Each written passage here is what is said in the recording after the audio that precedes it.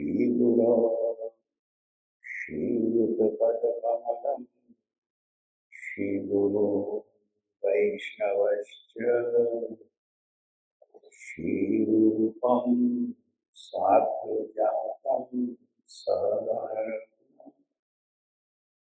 साद्वैतं सावधूतं परिजनसहितं श्रीकृष्णचैतन्यदेवं श्रीराधाकृष्णपादान् सहगणललिता विशाखान्वितश्च नमो विष्णुपादाय भागवतप्रियात्मने भक्तिकेवलकृष्णाय गुरुवर्गानुगामिने भक्ति सुंदर सन्यासी नामिने भक्ति रूपिणे गौरी शास्त्र गौरांग ख्याति प्रकाश कृतये नमो विष्णुपादाय और प्रियात्मने श्रीमते भक्ति श्री परिव्राजक नामिने गौरवाणी प्रचारोल्लासी सर्वदा विधायिने श्रीरूपिणो सरस्वती धारा संरक्षिणे नमो विष्णुपादाय सरस्वती प्रियात्मने श्रीमते भक्ति श्रीरूप भागवताभिधान भागवत कथा स्वादी भक्ति विज्ञान दायिने गुरु गौरांग निष्ठाय हरि कीर्तन मोदिने भक्त संग सुखानंदी सिद्धांतार्णवरूपिणे श्री भक्ति विनोद धारास्नपचार्य नमः अज्ञान्तिमिरान्धस्य ज्ञानाञ्जन शलाकया चक्षुरुन्मीलितं येन तस्मै श्री गुरुवे थोड़ा सा इसको और इधर थोड़ा दूर करो। आवाज होने के पास विष्णुजन परम सौभाग्य रहा है। पिछले सप्ताह 8 दिन गौड़िया मिशन के आचार्य परमहंस 108 श्री भक्त सुंदर सन्यासी गोस्वामी महाराज का सानिध्य रहा। उनकी कृपा से कथा व्यास के रूप में उन्होंने हम सबको श्रीमद् भागवत कथा का जो अमृत है उसका निरंतर पान कराया। बहुत से हमारे साथियों ने पूरे 7 दिन उसको सुना। बहुत थोड़ा थोड़ा हुआ, किसी का मिस हुआ। कथा में पुनरुक्ति दोष नहीं होता है। हम अपने कल्याण के लिए, आत्मशोधन के लिए उस कथा को शॉर्ट में, उस 7 दिन की कथा को संक्षेप में आपस में रिपीट करते हैं। श्रीमद् भागवत की कथा किस प्रकार से उद्गम हुआ। प्रथम स्कंद में जो श्रीमद् भागवत है और श्रीमद् भगवत गीता, ये दोनों ही जीव जगत को व्यवहारिक जगत में परमार्थ सिद्धि की कला सिखाती है। शुरू में ही प्रसंग आया कि श्रीमद् भागवत का उद्गम कैसे हुआ। सभी जानते हैं कि वेद व्यास जी ने इसकी रचना किया। पाराशर मुनि और सत्यवती के पुत्र वेद व्यास। वेद व्यास और नारद जी दोनों समकालीन हैं, कॉन्टेम्पोरेरी। एक दिन सरस्वती के किनारे वेद व्यास जी की भेंट हो गई नारद जी से। नारद जी ने वेद व्यास को देखा कि बहुत व्यथित है, चेहरा एकदम व्यथित है, बाल बिखरे हुए हैं, बहुत परेशान बेहाल। नारद ने पूछा क्या हुआ भाई? जब कोई समकालीन मित्र बराबर का इक्वल का मिलता है तो अपना दुख आदमी शेयर करता है। तो व्यास जी ने अपनी व्यथा को शेयर किया नारद से। कि नारद, बात कुछ समझ में नहीं आ रही। वेद अकेला था, मैंने उसको जनग्राह्य करने के लिए कि कॉमन मैन उसको समझ ले, उसको सब्जेक्ट वाइज 4 टुकड़ों में बांटा।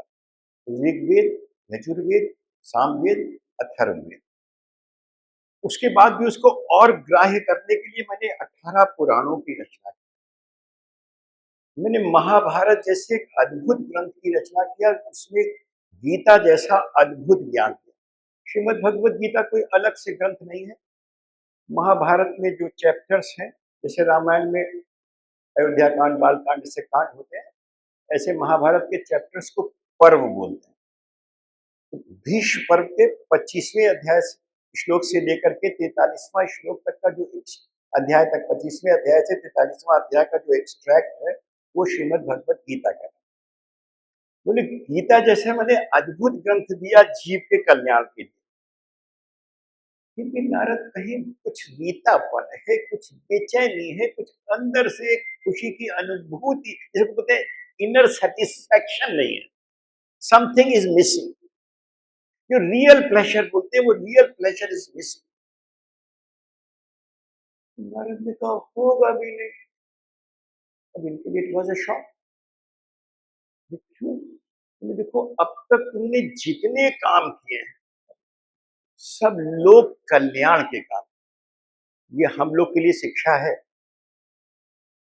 जो हम लोग समझते हैं मानव सेवा बहुत बड़ी सेवा है, पहुंच गए हनुमान सेतु पे, कंगलों को खिलाया है, बहुत बड़ा धर्म कर्म हो गया। बोले अब तक तुमने जो कुछ भी किया है, वो जन कल्याण, लोक कल्याण के लिए किया। जो लोक कल्याण के कार्य हैं, जो भी शुभ कर्म है, भौतिक जगत से रिलेट करते हैं, उसका परिणाम भौतिक जगत ही है। ये तुमको मेंटल कंफर्ट तो देगा कि तुमको खुशी लग रही है कि तुमने बहुत बड़ा काम कर दिया।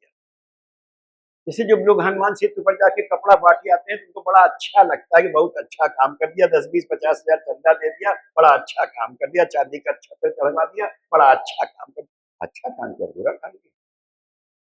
लेकिन ये सारा के सारा दिमाग को तो सुकून देता है, दिल को सुकून नहीं देता, जिसको आत्मिक शांति कहते हैं। बोले देखो, आत्मा सजातीय के खुश से प्रसन्न होती है। आत्मा का सजातीय परमात्मा है।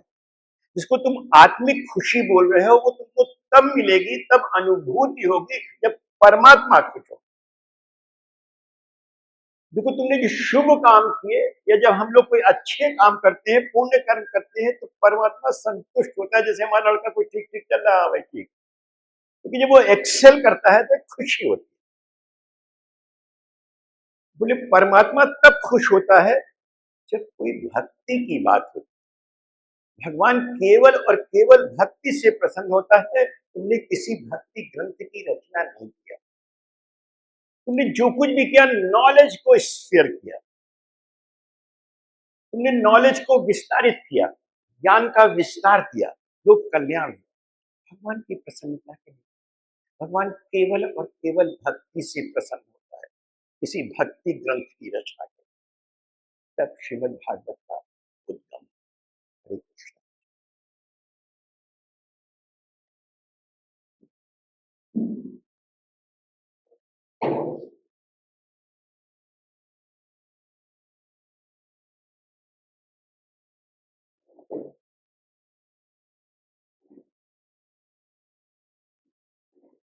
विद्यासी ने ग्रंथ को विस्तार दिया, तो परीक्षित की कथा आई।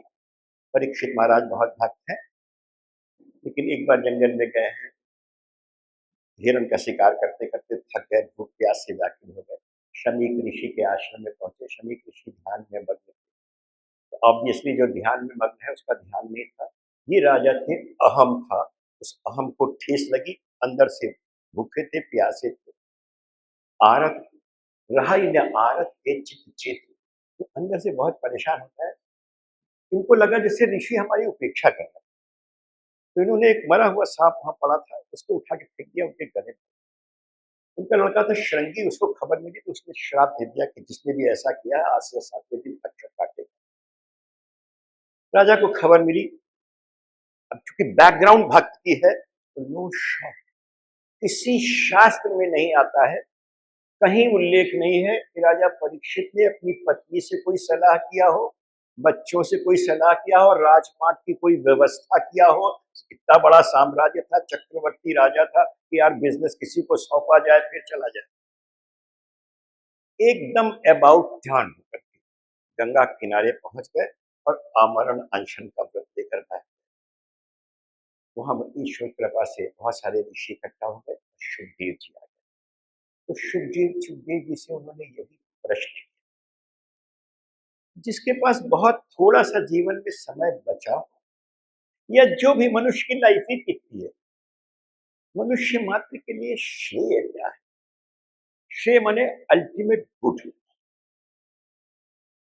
क्योंकि जो मनुष्य जीवन है वो केवल भौतिक अस्तित्व की कथा नहीं है। मनुष्य जीवन केवल भौतिक अस्तित्व नहीं है कि हमारा फिजिकल प्रेजेंस हो गया। मनुष्य योनि है आध्यात्मिक उन्नति और आत्मज्ञान की यात्रा। उसके लिए सजग रहना है कि इसमें अल्टीमेट तत्व क्या पाना है। उन्होंने पूछा अल्टीमेट कल्याण क्या है? जब किसी बड़े के पास जाओ तो टॉप ऑफ द टॉप की बात करना, सेकंड बेस्ट की बात करना। जब किसी से कुछ चाहना तो बड़े से बड़े की याचना। जब तक तुम्हारी सोच बड़ी नहीं होगी बड़े बन नहीं पाओ। बड़ा बनने के लिए सोच का बड़ा होना चाहिए, सिर्फ सोच को विस्तार दो। बोले यत श्रेया स्यात् निश्चितम। अर्जुन बोला है कृष्ण से जो अल्टीमेट गुड हो वो हमको चाहिए। परीक्षित महाराज बोले कि जीव के लिए श्रेय जो है, जीव किसका भजन करे, कैसे भजन करे, क्या चीज करे, किसका त्याग करे। इसका जो उत्तर आया ये 12 स्कंद में श्रीमद् भागवत की कथा। दूसरे स्कंद में सबसे पहले शुरुआत किया सुखदेव महाराज ने, तो यही कहा कि कृष्ण का श्रवण, कृष्ण कथा का श्रवण, कीर्तन और स्मरण, यानी कि जो कृष्ण भक्ति है वो जीव का अल्टीमेट ध्येय है। इसको विस्तार दिया तीसरे स्कंद में जब पहुंचे तो माता देवहूति और कपिल भगवान की का संवाद है। माता देवहूति ने पूछा भक्ति योग के बारे में, बड़ा प्रैक्टिकल ढंग से इन ऋषियों ने जो कुछ समझाया, व्यवहारिक ज्ञान दिया। तीसरे स्कंद के 25वें अध्याय का 20वां श्लोक है, प्रसंगम अजरम पाशम आत्मनः कवियो विदु स एव साधुषु कृतो मोक्ष द्वारम अपाव्यतम। तो प्रैक्टिकल बात कही कि आसक्ति इज वेरी वेरी ऑब्वियस। मनुष्य जो समाज में है, परिवार में है, उसका पॉजिटिव होना is very very obvious. Positive होना उसकी एक स्वभाव की वृत्ति विशेष है, उसकी इंस्टिंक्ट है। जो वृत्ति होती है, इंस्टिंक्ट होती है, इसको किल नहीं कर सकते। You are born with it, ये तो ब्लड में है, इसका इसको मार नहीं सकते। जिस चीज को हम मार नहीं सकते उसको हम डाइवर्ट कर सकते। किसी ने अगर नदी पर बांध बनते देखा हो तो नदी के प्रवाह को रोक तो सकते नहीं, बांध बनाना है तो एक डाइवर्जन चैनल बनाते हैं। उतना पानी सूखा तब उसमें डैम बनता है। तो इस माइंड को की जो आसक्ति है ये माइंड में है, इसको डाइवर्ट कर सकते हैं। क्योंकि गृहस्थ जीवन है, भौतिक जगत में विचरण कर रहे हैं, किसी वस्तु का अपने पास होना बुरा नहीं है, ये आसक्ति नहीं है। किसी चीज में अपनेपन की फीलिंग होना ये आसक्ति नहीं है, ये this is very very obvious. ये घर मेरा है, घर जाना है, ये आसक्ति नहीं है। ये गाड़ी मेरी है, इस कार से जाना है, ये आसक्ति नहीं है। उसको परमानेंटली अपनी समझ लेना आसक्ति। ये हमेशा हमेशा के लिए मेरा है, ये आसक्ति है। इसको छोड़, यथार्थ रियलिटीज ऑफ लाइफ को समझना। प्रोफेसर वसीम बरेलवी है, बहुत अच्छा सा शेर है कि कल खुदा जाने यहाँ किसका बसेरा होगा, कल खुदा जाने यहाँ किसका बसेरा होगा, आज जिस घर पे तख्ती मेरे नाम की है, कल खुदा जाने यहाँ किसका बसेरा। वो परमानेंटली कुछ तुम्हारी नहीं है, आज जो तुम्हारा घर है कल किसी और का निश्चित रूप से था, आज तुम्हारा नाम लिखा है तो कल किसी और का क्यों नहीं होगा। उसमें जो आसक्ति है उस आसक्ति को, प्रॉब्लम वस्तु में नहीं है, प्रॉब्लम पदार्थ में नहीं है, प्रॉब्लम मटेरियल में नहीं है, प्रॉब्लम हमारे उसमें अटैचमेंट। तो बोलते हैं इसको डाइवर्ट कर दो, इसको स एव साधुषु कृतो मोक्ष द्वारम अपावत। जब इसको तुम साधु की तरफ टर्न कर दोगे तो तुम्हारे लिए मोक्ष का द्वार खुल जाएगा। मोक्ष माने होता है कंफर्ट जोन। जैसे तुम्हारा डाइवर्जन होगा तो तुम कंफर्ट जोन में मूव कर जाओगे। वहां क्या होगा, जब तुम साधु का संग करोगे तो 25वें श्लोक में बोले हैं कपिल भगवान, और साइंटिफिक है, सदाम प्रसंगान मम वीर संविदो भवन्ति कर्ण रसायन कथा तज्जोषणादाशु अपवर्ग वर्तमनि श्रद्धा रति भक्ति अनुक्रमिष्यति। जो साधु का संग करेंगे, संतों का संग करेंगे तो कुछ सत्संग के माने हैं, सत माने होता है राइट में, सत्संग के माने होता है moving with the right thinking persons of the society, चाहे वो तुम्हारा स्पिरिचुअल वर्ल्ड हो और चाहे मटेरियल वर्ल्ड हो, always move with the right thinking persons of the society. जो right thinking persons of the society है वो चीजों को सही परिप्रेक्ष्य में देखते हैं और सोच पॉजिटिव होती है। जो नेगेटिव थिंकिंग के लोग हैं वो तुमको नेगेटिव कर देंगे, तुम्हारी सोच को नेगेटिव कर देंगे, और जो नेगेटिव में चला गया, नेगेटिविटी में चला गया, वो जिंदगी में कुछ कर नहीं सकता, ना मटेरियल वर्ल्ड में ना spiritual, because negativity is not your character, you are a positive element. तुम एक पॉजिटिव तत्व हो, परमात्मा का अंश हो, तुम एक पॉजिटिव तत्व हो, तुम कुछ भी करने में समर्थ हो। साधु के संग में केवल और केवल कृष्ण कथा वार्ता है। उस कृष्ण कथा वार्ता में जो कथा है वो निश्चित रूप से कानों को मधुर लगती है, तब तक कर्ण रसायन, जो कानों को बहुत मधुर लगती है, बहुत प्रिय लगती है। और जब वो कथा में जो अट्रैक्शन है तो उसमें जो इंटेलेक्चुअल है, जो मनीषी है, जो विवेकवान है, जो विचारशील है, वो उसकी डेप्थ में जाना चाहता है। तो जब उसकी डेप्थ में जाने लगता है तो तुरंत उसका उसमें इंटरेस्ट क्रिएट हो जाता है। श्रद्धा रति भक्ति अनु, उसके अंदर जो श्रद्धा, जो जन्मजात श्रद्धा है वो जागृत हो जाती है, उसमें उसका इंटरेस्ट हो जाता है, उसमें उसकी आसक्ति हो जाती है। उस आसक्ति के माने होता है कि उसके बिना फिर वो रह नहीं सकता। जब वो उसके बिना रह नहीं सकता, ये भक्ति की पहली स्टेज। भक्ति है भावमयी सेवा। ये भाव माने कृष्ण मेरे हैं, मुझे उनको अपनी सेवा के द्वारा प्रसन्न करना है, इसमें एक पर्सनलाइज्ड रिलेशनशिप पैदा हो जाती है। तो इनिशियल स्टेज पर रति है, रति is infatuation, infatuation is not love. जो उनसियत है ये मोहब्बत नहीं है। इन्फैचुएशन माने एक्सेसिव फॉन्डनेस है, ये लव नहीं है। लेकिन जो एक्सेसिव फॉन्डनेस है ये अल्टीमेटली लव में कन्वर्ट हो जाती है। और प्रेम की वैशिष्टि होती है कि प्रेम अपने सुख की अपेक्षा नहीं रखता। भक्ति में अपने सुख की अपेक्षा नहीं। कपिल भगवान अगले श्लोक में बोले हैं अनिमित्ता भागवती भक्ति सिद्धेपि गरीयसी। जो अनिमित्ता भाग, निष्काम भक्ति है, जिसमें भक्त जो साधक भगवान से जुड़ा है, जो किसी चीज के लिए नहीं जुड़ा है, बस जुड़ाव के लिए जुड़ाव है, वो अनिमित्ता भाग भक्ति है। जरियत आशु या कोशम निर्नीलम अनलोयत निर्गीनम। जो निष्काम भक्ति है वो मुक्ति से भी ऊपर है। मुक्ति में कोई प्लेशन नहीं है। जैसे कोई आदमी कोमा में चला जाए, कोई दुख नहीं, कोई तकलीफ नहीं, सुखाट टपाट कुछ नहीं, कोई जिंदगी है? मोक्ष को आगे बताएंगे। लेकिन मोक्ष से भी ऊपर है। जैसे हमारे पेट में जठराग भी है, तो जब हम कुछ खाते हैं उस खाए हुए अन्न को एकदम पचा के उसका स्वरूप बदल देते, कहीं फिर वो अन्न हमारे पेट में रह नहीं जाता। ऐसी जो शुद्ध भक्ति है वो हमारे कर्मों का निर्दहन कर देती है।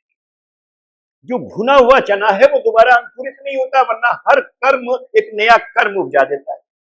और कर्म का भोग केवल और केवल भोगस्थली केवल यही संसार है जहां हम कर्मों का भोग कर सकते हैं। तो हमको आवागमन के बंधन से मुक्ति हो नहीं सकती, संसार में लफड़ा ही लफड़ा। जब तक कर्मों का क्योंकि हम शुभ कर्म करेंगे तो भी यही आना है, अशुभ कर्म करेंगे तो भी यही आना है, छुट्टी नहीं मिलेगी, हिसाब यही होना है। जब बैलेंस शीट जीरो हो जाए, प्रॉफिट एंड लॉस दोनों मिलाकर के एकदम जीरो आ जाए, जब हमारा कोई कर्म शेष ना हो तो हमारा जन्म नहीं होगा। तो मगर हमारा हर शुभ कर्म तो एक नया, हर कॉज का एक इफेक्ट है, हर कर्म का एक फल है, तो फल भोगने ही आना है। तो भक्ति महारानी की कृपा से कर्मों का निर्दहन होता है। कर्मानि निर्दहत किंतु, ब्रह्मा जी ने एक बार भगवान की स्तुति किया है, शुरू में ब्रह्म संहिता कहलाता है, इसमें एक श्लोक आता है, ब्रह्मा जी स्तुति कर रहे हैं कि इंद्र गोप मत वेंद्र महो सुकर्म बंधा अनुरूप फल भाजन मातृति कर्मानि निर्दहत किंतु भक्ति भाजा गोविंदम आदि पुरुषम। इंद्र से लेकर के छोटे से छोटा कीड़ा जो ब्रह्मा का क्रिएशन है, वो सब कर्मों से बंधा हुआ है। ये जो सितारे ये भी सब बंधे हुए, सब के सब बंधन में है, कोई कहीं से छुट्टे नहीं। रात दिन गर्दिश में है, साथ सब कर्म बंधन में है। लेकिन भगवान अपने भक्तों के कर्मों का निर्दहन कर देते हैं, उसको भस्मीभूत कर देते हैं, उसका पुनर्जन्म नहीं। आगे जाते हैं चौथे स्कंद में, तो ध्रुव महाराज की कथा आती है। ध्रुव महाराज की कथा के माध्यम से जीव जगत को शिक्षा मिलती है कि तुम कुछ भी कर सकने में समर्थ हो। 5 बरस का बच्चा भगवान को कंपेल कर दिया है नीचे जमीन पर आने के लिए। 5 बरस का बच्चा है, केवल और केवल लगन होनी चाहिए। लगन छोटा सा शब्द है, लेकिन जब लग जाती है तो परिणाम एकदम चमत्कारिक होते हैं। जिसको किसी चीज की लगन लग जाती है तो फिर उसको मार्ग की दूरी या मार्ग का कष्ट की कहीं कोई अनुभूति होती नहीं, लगन होना चाहिए। ध्रुव महाराज सिखा रहे हैं आचरण करके, अगर लगन है तो कुछ भी पा सकते हैं। ध्रुव महाराज सिखा रहे हैं कि परिस्थिति को से संतोष नहीं करना, परिस्थिति को एक्सेप्ट नहीं कर लेना कि अच्छा तो तेरी अम्मा के लड़का है तो भोगेगा फल, ये तो कर्म फल है भोगेगा फल, ये मनुष्य योनि के लिए नहीं। परिस्थिति से संतोष, चाहे भौतिक जगत हो चाहे आध्यात्मिक जगत हो, परिस्थिति से संतोष नहीं करना है। ऐसी कोई भी परिस्थिति नहीं जिससे हम निकल नहीं सकते, ऐसी कोई समस्या नहीं जिसका निदान नहीं है। लगन होनी चाहिए। ध्रुव महाराज के लगन है। ध्रुव महाराज तपस्या में आ गए, लेकिन तपस्या ला करके एक शेर आता खा जाता, जिंदगी खत्म हो जाती। ध्रुव महाराज को नारद जी मिल गए, तुम्हारी सारी फैकल्टीज, तुम्हारी सारी पावर सब बेकार है, जब तक कोई इसको जगाने वाला ना हो, जब तक कोई गाइड ना हो, तो सब बेकार। बेहतरीन जैगुआर गाड़ी में जा रहे, पंचर हो गई, हाथों से उठा रहे पंचर बदलने के लिए, खूना खच्चर हो गया सब, तब वो पहिया नहीं बदला। जानकार ने बताया कि बेटा कहाँ, डिक्की खोलो, जैक निकालो, उंगली से घुमाओ, पहिया बदलो, 1 सेकंड में जाओ। चाहे जैगुआर हो चाहे जितनी भारी से भारी गाड़ी हो। नारद जी मिल गए। जीवन में एक गाइड बहुत जरूरी है, जीवन में एक गुरु बहुत जरूरी है, कोई हमारा राहबर बहुत जरूरी है, कोई हमारा राह दिखाने वाला होना चाहिए। लेकिन ये राहबर हमारा सही होना चाहिए। इसलिए भागवत में आता है, तस्मात् गुरुं प्रपद्येत जिज्ञासु श्रेय उत्तम शाब्दे परे च निष्णातम ब्रह्मण्य उपशमाश्रया। जो जिज्ञासु है, तुमको जानने की ललक होनी चाहिए। ध्रुव महाराज के अंदर जिज्ञासा है। जिज्ञासा ज्ञान का प्राण है। जिज्ञासु की एक वैशिष्टि होती है। जिज्ञासु में अपने अंदर में ये एक्सेप्टेंस होती है कि मैं नहीं जानता, लेकिन जानने की ललक होती है कि आई मस्ट नो इट। जो जिज्ञासु है वो जान सकता है। दो तरह की जिज्ञासु होते हैं। एक तो खाली जानने के लिए जानते हैं, ये किताब लिख देंगे, डॉक्टरेट की पदवी पा जाएंगे, जिंदगी में कर कुछ नहीं पाएंगे। एक जिज्ञासु है जो जान के अपनी अपनी लाइफ में उसको उतारना चाहता है। जिसने उसको अपनी जिंदगी में उतार दिया, जिसने कथा को आत्मसात कर लिया, उसने कथा का वास्तविक लाभ पा लिया, बाकी ने खाली श्रवण कर लिया। खाली कथा जानने की चीज नहीं है, कथा को अपनी जिंदगी में उतारना है। जब तक हमारे आचरण में नहीं उतरेगी, इसको हिंदी में बोलते हैं आत्मसात करना। उसको जब तक हमने अपनी जिंदगी में आत्मसात नहीं कर लिया, तब तक उसका वास्तविक फल नहीं मिलेगा। ध्रुव महाराज को नारद जी ने अपने बड़े की बात को मानना है, उसके अनुकूल आचरण करना है, तब लाभ होगा। नारद जी ने कहा मधुबन में चले जाओ बेटा। नारद जी ने मंत्र दिया कि इसको जाप करो बेटा, पकड़ लिया। फिर क्वेश्चन हुआ ही नहीं है। अरे हम तो अपनी अकल, अरे भाई भगवान तो सब जगह है, तो हम मधुबन में क्यों जाएं? अरे हम तो भगवान तो हर जगह है, हम सड़क पर भी भजन कर सकते हैं, हम मंदिर में क्यों जाएं? अरे भगवान तो सर्वव्यापी है, तो हम किसी मूर्ति के सामने अपनी झक लड़ा रहे। Little knowledge is dangerous. शास्त्र में रहस्य है। शास्त्र में रहस्य है। अगर कहा जा रहा है कि मूर्ति के सामने बैठो, उसमें रहस्य है। पूजा में शंख की पूजा करते हैं, जानवर की हड्डी है, काहे मंदिर में रखे? तो अब राज खुला कोरोना में कि उसकी साउंड इन्फेक्शन कीटाणुओं को मारती है 1200 फुट के रेडियस में। शास्त्र में रहस्य है, जब तक पहले तो नहीं मालूम रहता। चमड़ एक जानवर की पूंछ है, पूजा में रखे हो, काहे रखे हो? रहस्य है। शास्त्र की बात को मान लेना है। जब हम मंदिर में जाते हैं, वहां एक पॉजिटिव एनर्जी है। जब हम पॉजिटिव एनर्जी में मूव करते हैं, तो हमारे अंदर पॉजिटिव थॉट्स होते हैं। निगेटिव एनर्जी में हम जाएंगे तो हमारे थॉट्स निगेटिव हो जाएंगे, हमारी सारी सोच निगेटिव हो जाएगी। श्रवण कुमार की कथा है। ये कथा हमारे जीवन के लिए, हमारे जीवन के जिसको कहते हैं लाइफ के रिफ्लेक्टर्स हैं। रिफ्लेक्टर में अपनी रोशनी नहीं होती है। रिफ्लेक्टर बल्ब की रोशनी को फोकस करता है। रोशनी तुम्हारी अपनी है। ये कथा रिफ्लेक्टर की तरह उसको फोकस कर रही है, तुम्हारी एनर्जी को।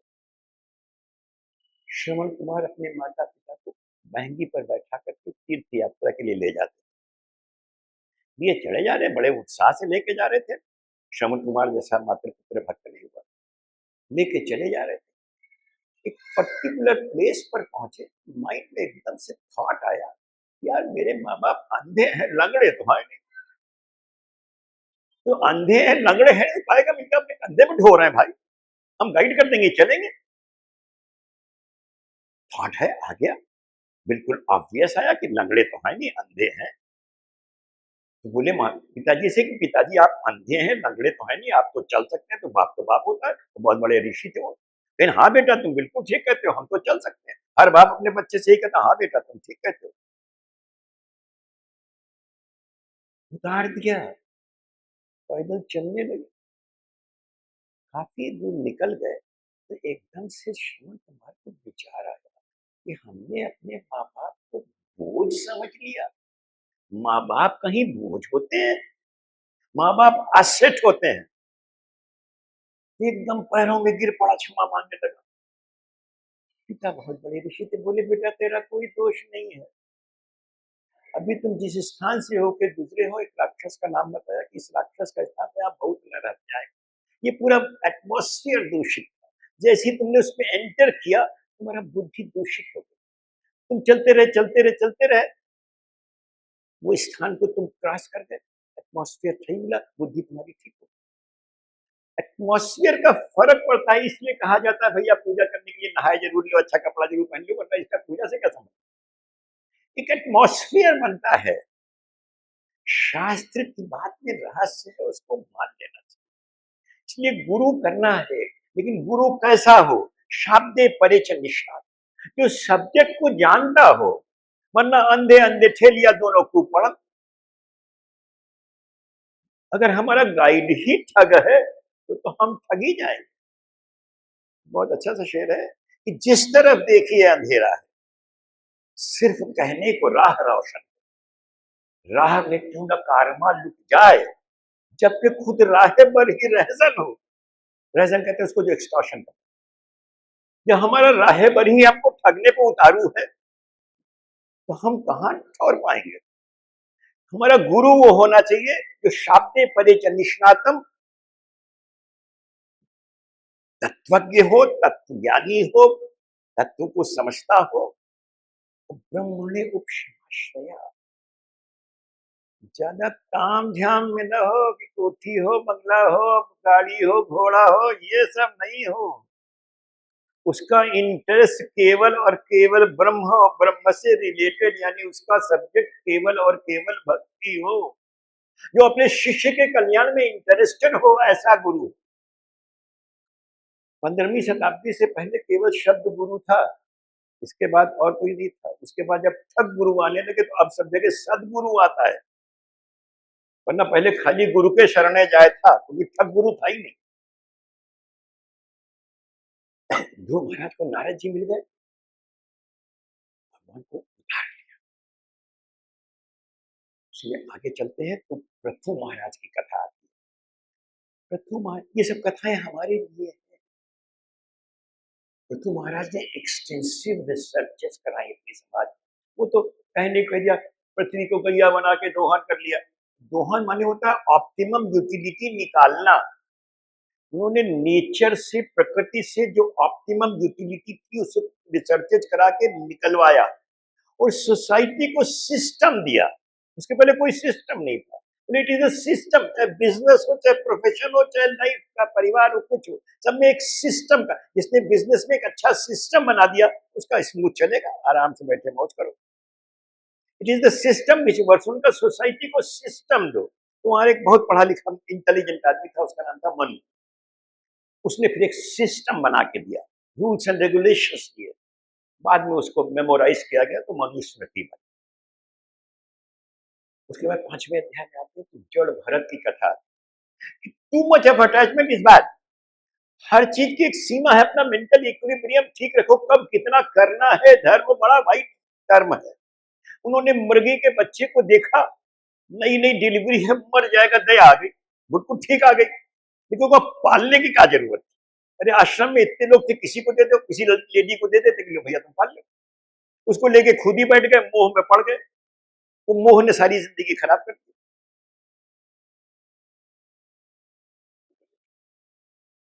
उसके बाद आती है ध्रुव महाराज प्रहलाद की कथा।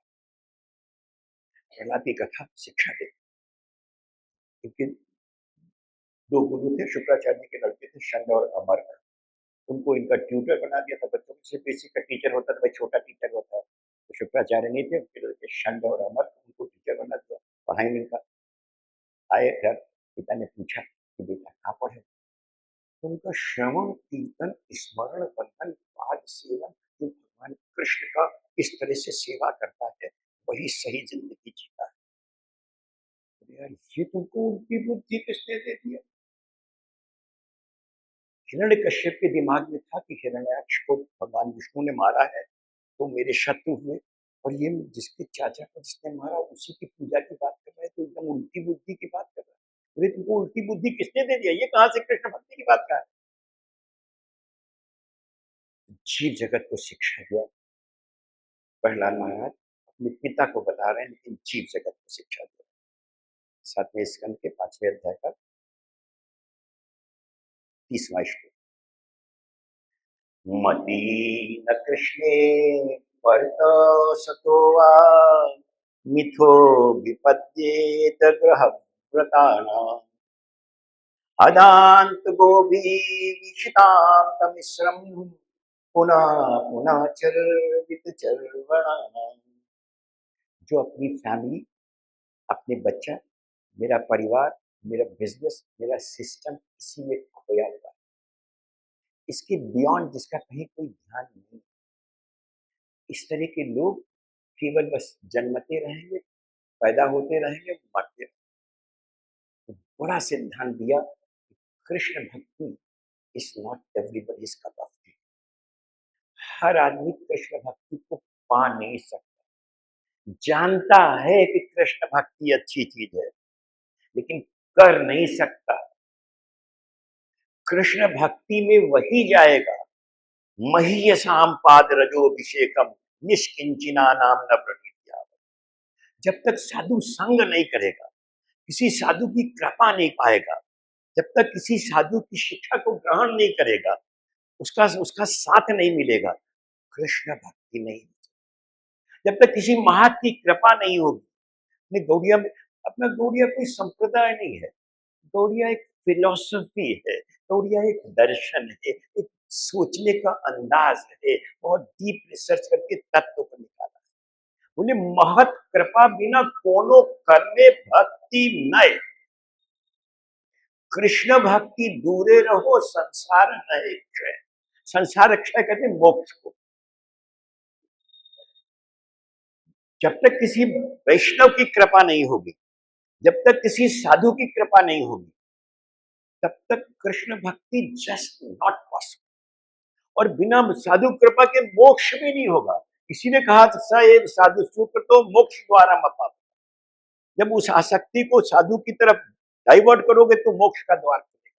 साधु संग के बिना, क्योंकि साधु संग में तुमको उसका जो रहस्य है, उस लीला के अंदर एक रहस्य है, उस कथा के अंदर एक रहस्य है, वो उजागर हो। आगे प्रसंग आता है कि प्रहलाद महाराज ने अपने जितने कुलीग्स थे उनको एक दिन इकट्ठा किया, उनसे बोला देखो मनुष्य योनि बहुत दुर्लभ है, लेकिन अध्रुवम, इसमें लाइफ की कोई सर्टेनिटी नहीं, लेकिन अर्थदम, there is a purpose behind.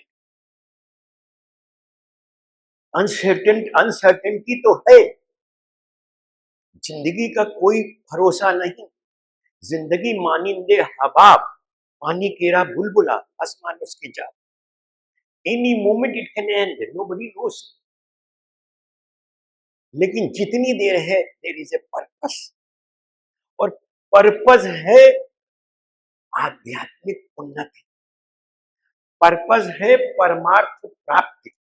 इस व्यवहार जगत में रहते हुए पलायन की बात कही नहीं है, संन्यास की बात महाप्रभु जी ने कभी नहीं किया। इस संसार में रह करके परमार्थ की सिद्धि करना है, इस संसार में कैसे रहा जाए।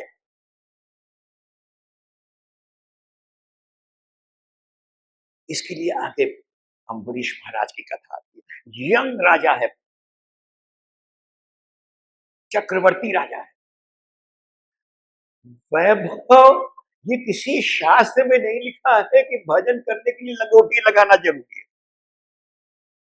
ये भी भरम है कि भजन करोगे तो लंगोटी लग जाएगी, ये भी भरम है।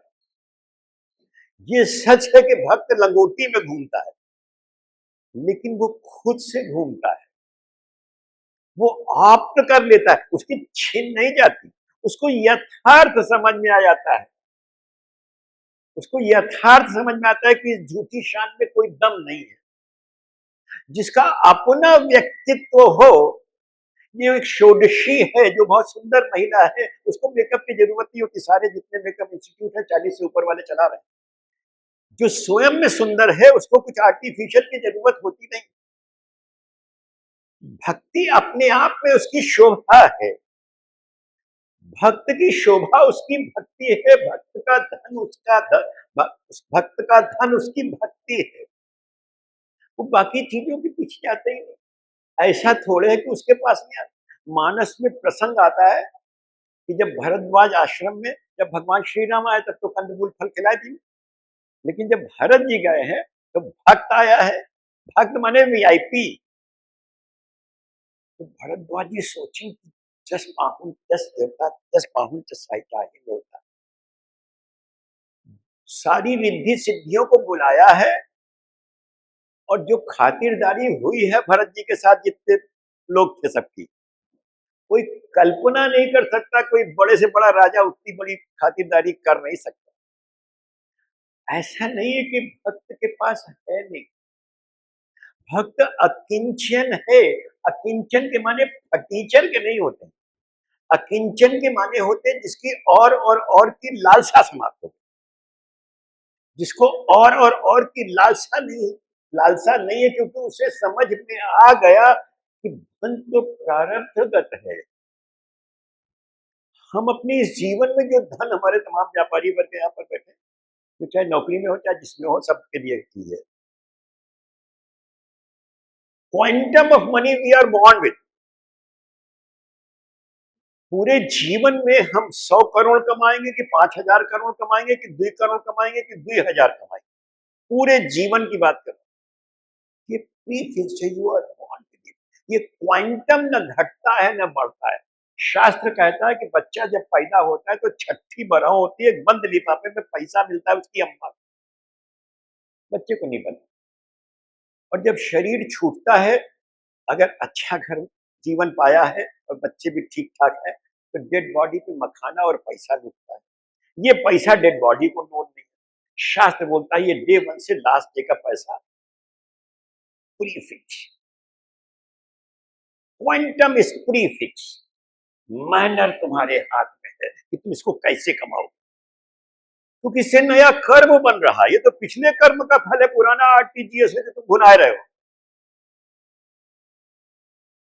मैनर से तुम्हारा नया कर्म बन रहा है, फिर हाउ टू स्पेंड ये फिर तुम्हारे हाथ में।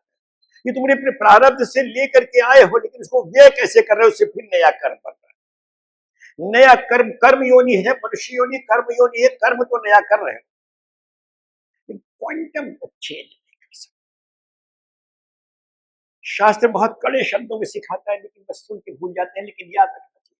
शास्त्र बोलता है धनानि भूमौ पशवश्च गोष्ठे नारी गृहद्वारि सुत श्मशाने देहश्चितायां परलोक मार्गे धर्मानुगो गच्छति जीवैका।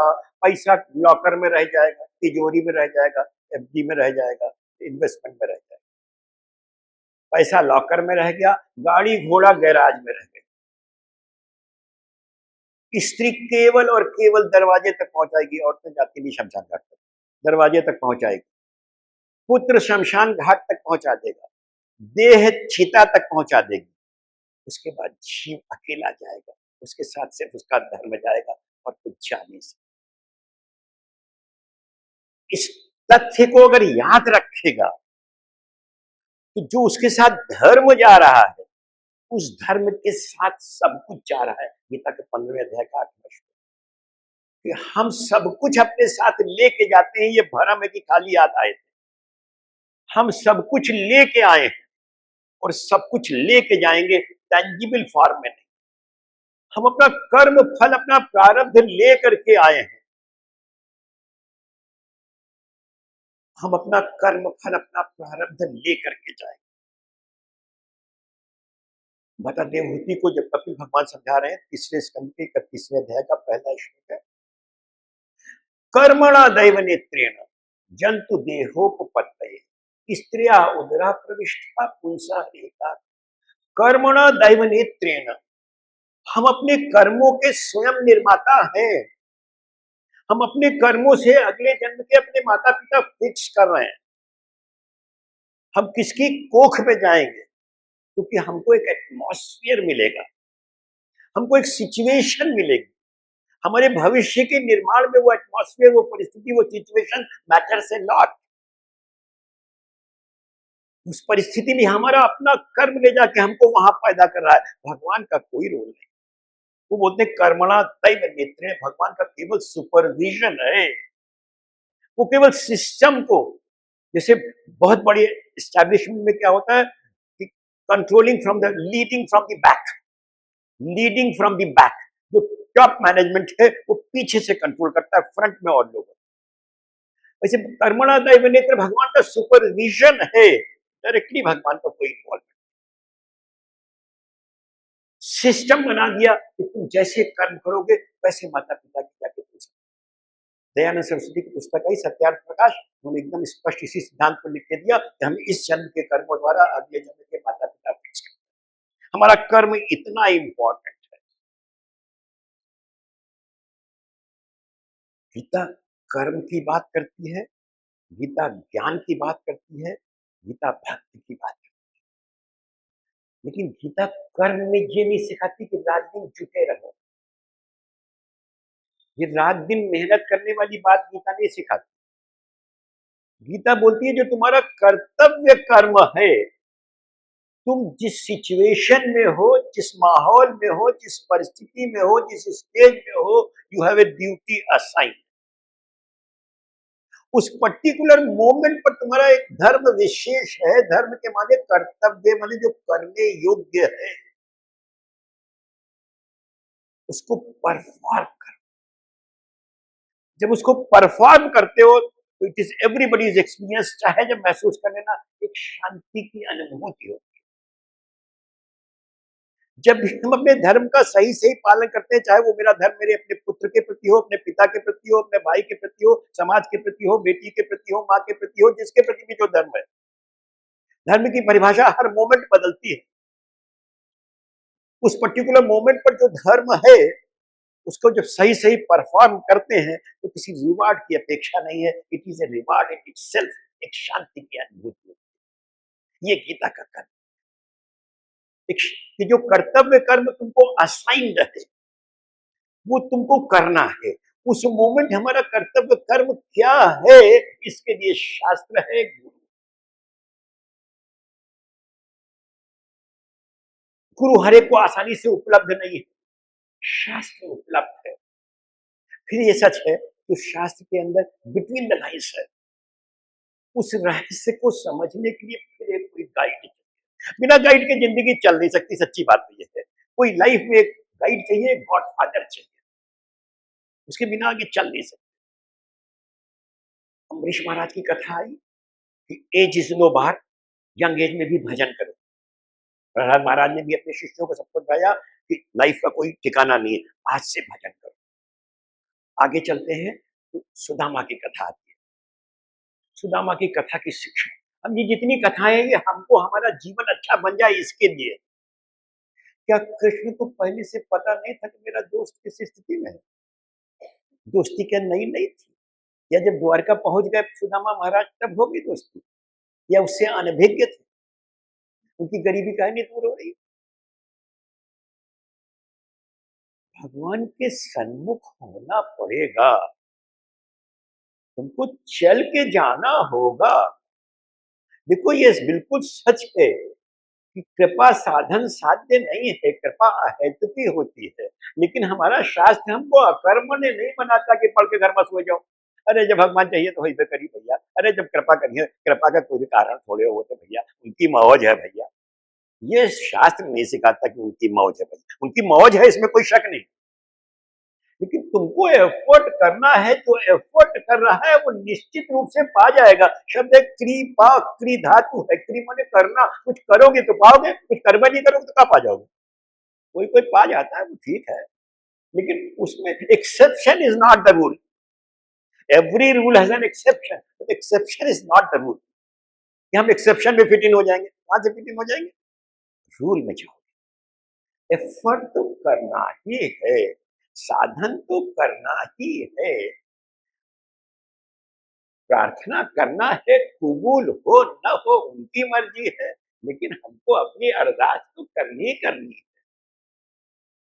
सुदामा चल के गया है, जब चल के गया है तो कायाकल्प हो गई। बाबा चल के जाओ, ये मंदिर तुम्हारा ट्रेनिंग सेंटर है, मंदिर पूजा का स्थान नहीं है, क्योंकि यहाँ तुमका पूजा करके थोड़े मिले। ये तुम्हारा ट्रेनिंग सेंटर है कि कैसे किया जाए, यहां से सीखो, घर में जाके करो।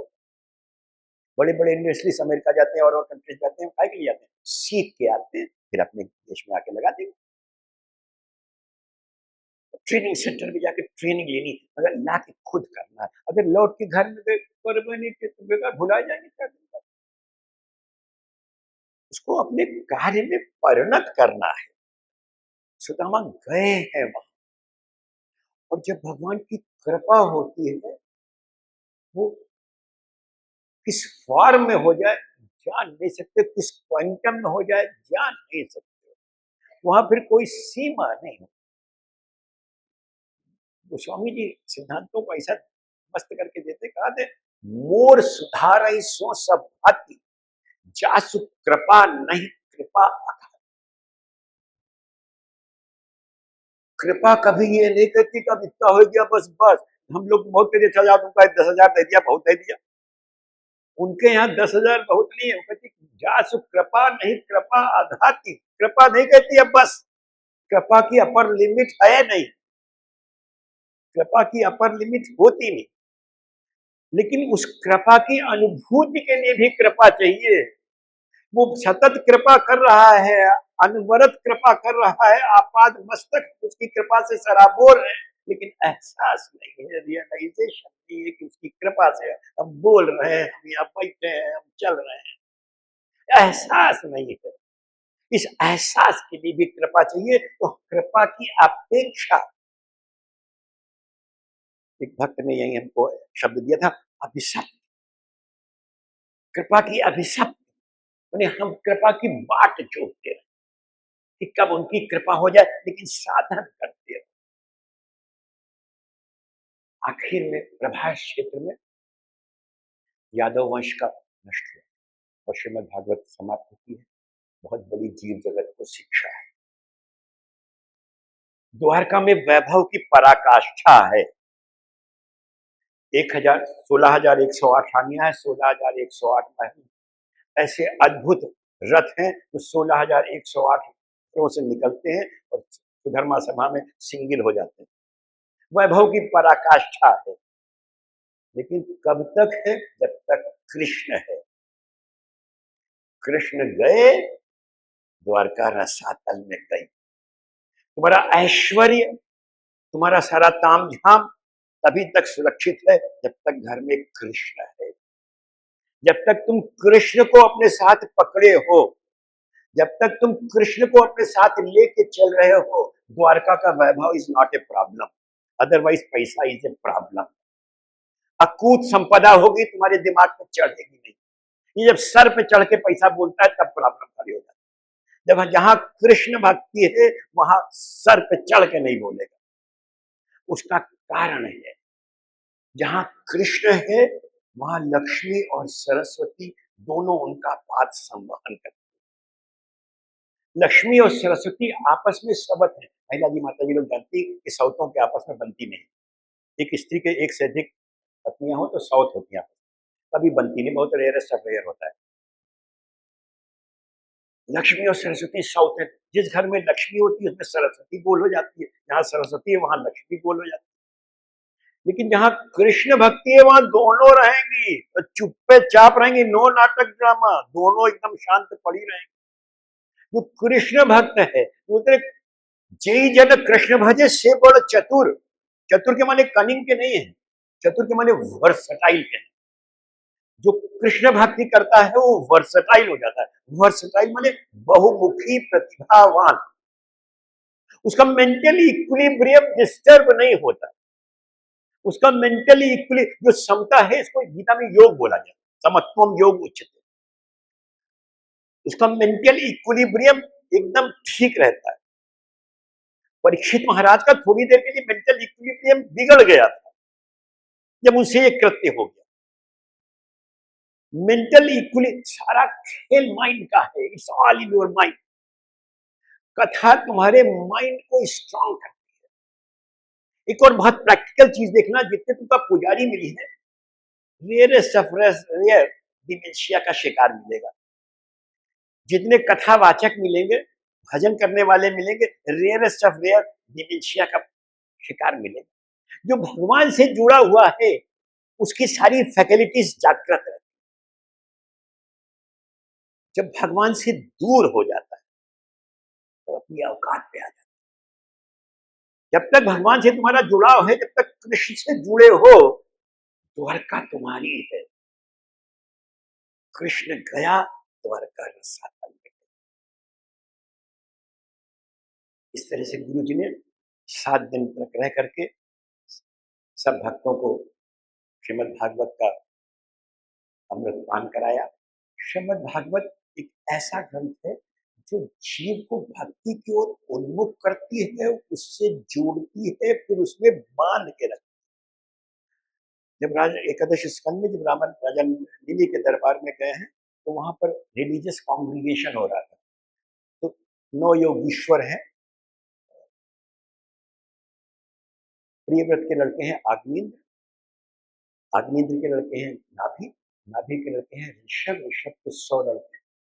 उनमें से जो बड़े 9 थे वो योगीश्वर हो गए। तो ये वहां पहुंचे हैं तो उन्होंने भक्त की एनालिसिस किया है, भक्त के बारे में बताया, उसके स्वरूप के बारे में बताया। तो 2 श्लोक जो गुरु जी ने सुनाए थे अपने को बीच में रखते हैं। कोशिश करिएगा कि उसको समझ करके अपने अंदर ग्रहण करें। एकादश स्कंद के दूसरे अध्याय का 41वां श्लोक। खम वायु अग्नि सलिलम महिश्च ज्योतिषि सत्वानि दिशो द्रुमादि सरित समुद्रांच हरे शरीरम यत्किंच भूतम प्रणमेदनन्या। तो स्वामी जी ने इसको बड़े सरल शब्दों में एक लाइन में कह दिया, सिय राम मैं सब जग जानी करहु प्रणाम चोट। खम वायु अग्नि सलिलम वैश्य। आकाश, वायु, जल, पृथ्वी, नदी, पेड़, समुद्र, प्राणी, अप्राणी जो भी है सब भगवान का ही एक स्वरूप है। सब में राम समाया। हमने तुमने खड्ड खम्बे जहां देखो तारा, सब में भक्त भगवान का स्वरूप दिखता है। उसको सारी सृष्टि कृष्णमय दिखती है। उसकी उसकी जब सारी सृष्टि कृष्णमय दिखेगी तो अपराध की गुंजाइश नहीं होगी। फिर अगले श्लोक में सिद्धांत दिया कि भक्ति परेशान भवो विरक्ति अन्यत्र चैष त्रिकेक काला प्रपद्यमानस्य यथा स्मृतस्यो तुष्टि पुष्टि क्षुत्पायोनुभासम्। जैसे भोजन के प्रत्येक ग्रास में तुष्टि पुष्टि क्षुधा निवृत्ति, तुष्टि पुष्टि क्षुधा, एक तुष्टि एक सेटिस्फैक्शन मिलता है, एनर्जी आती है और भूख खत्म होने लगती है। तुष्टि पुष्टि क्षुधा निवृत्ति, ये तीनों चीजें एक साथ। ऐसी जो शरणागत होकर के कृष्ण भक्ति करता है, देखो कृष्ण और राम में कंफ्यूज न करना कि कृष्ण कृष्ण कर रहे हैं तो राम भूल जाओ। कृष्ण और राम एक ही है, कोई अंतर नहीं है, केवल कलाओं का अंतर है। जो राम भक्ति है वही कृष्ण भक्ति है, जो कृष्ण भक्ति है वही राम भक्ति है। श्रीमद् भागवत में चूंकि कृष्ण भक्ति का ज्यादा वर्णन है इसलिए बार बार कृष्ण का नाम आ रहा है। जो शरणागत प्रपद्य मानस, जो शरणागत होता है, शरणागत कौन है? जिसका अहम समाप्त, जो भगवान की शक्ति से अपनी शक्ति को समझ रहा है, जो भगवान से अलग अपनी सत्ता नहीं। यहाँ सर के बल चलो आशिकों ये तैयार है बंदा नवाज। सर के बल चलो आशिकों का मतलब है जो भक्ति मार्ग में हो अपना अहम छोड़ दो। प्रपद्य मानस, जो शरणागत होकर के भक्ति कर रहा है, उसको भक्ति के हर पल में हर स्टेप में भगवान की प्रेम, भगवान से प्रेम की अनुभूति, इसे फीलिंग। प्रेम क्या है? एक फीलिंग है, इसको टच नहीं कर सकते। प्यार को प्यार ही रहने तो कोई ना, सिर्फ एक एहसास है, ये रूह से महसूस करो, एक एहसास है, उसको प्रेम की अनुभूति होती है और भगवान के स्वरूप का ज्ञान और साथ ही साथ संसार से विरक्ति होती है। भक्ति परेशान भवो विरक्ति अन्यत्र चैषात्रि। तीनों चीजें साइमल्टेनियसली, एक बाई एक नहीं है। ज्यों ज्यों भगवान की ओर रुझान होगा त्यों त्यों संसार, विरक्ति के माने त्याग के नहीं है, फिर समझ लेना। संसार भगवान की सेवा का उपकरण है, त्याग कर देंगे तो उनकी सेवा कैसे करेंगे? अरे तेरे पास पैसा नहीं तो भूख खास लगेगी, उनका भूखे रखते हो क्या यार? तुम्हारे पास घर द्वार नहीं का उनको सड़क पर धर दोगे या पेड़ के नीचे धर दोगे? कपड़ा में पहनाओगे, नंगे बैठा दोगे? संसार प्रॉब्लम त्याग की बात नहीं शास्त्र करता है। शास्त्र बोलता है उसमें अपना अटैचमेंट छोड़ दो, सब में शामिल है मगर सबसे जुदा है। अपनी गोबिया में बहुत शुद्ध सिद्धांत दिया, बहुत अच्छे से प्रैक्टिकल दिया। कहा मरकट वैराग्य न कर, लोक दिखाइए। बंदर की तरह न करो। बंदर का जब रोटी अपने हाथ से खिलाओ तो मुंह फेर लेते, और ऐसे हाथ से छीन के लेके भागेगा। मुंह घुमा लो हाथ की छीन लेगा, या बहुत से को दो तो ना ना करके हाथ बढ़ाते जाए। मरकट वैराग्य, मरकट वैराग्य न कर, लोक दिखाइए। केवल शो ऑफ मत करो। तो जिंदगी को जितना सरल बना लोगे उतना ही सुखी रहोगे। झूठी जिंदगी में कोई धरा नहीं है। मरकट वैराग्य न कर, लोक दिखाइया यथा युक्त विषय भुंज, यथा युक्त विषय भुंज अनासक्त हो। तुम्हारा बिना किसी अटैचमेंट के जितना उचित है उतना भोग करो, क्योंकि भोग नहीं करोगे तो क्या होगा कि अंदर अंदर कहीं ना कुछ रह जाएगा। इसको हिंदी में शब्द होगा स्पृहा, दबी हुई वांछाएं पड़ी रहेंगी, मौका पाएंगे उभर जाएंगे। जो कम्युनिस्ट होता है जब तक पैसा नहीं देखी तब तक कम्युनिस्ट है, जिधर एक पैसा देख लेता फिर कम्युनिस्ट नहीं बनता। वो अंदर दबी रहती है। मरकट बहना विरक्ति के माने त्याग के नहीं, इट्स मेंटल डिटैचमेंट। उसकी में जो मेंटल पॉजिटिवनेस है कि मेरे मेरे साथ सदा बना रहे, ये फीलिंग खत्म कर। इस प्रकार से गुरु जी ने जो कुछ अमृत वर्षा किया था, जो कुछ भी मैं उनके आशीर्वाद से, उनकी कृपा से, उनकी वाणी को दोहरा पाया, वो आप सबके सामने दोहराया। वांछा कल्पतरुभ्यश्च कृपा सिंधुभ्य एव च पतितानां पावनेभ्यो वैष्णवेभ्यो नमो नमः। हरे कृष्ण।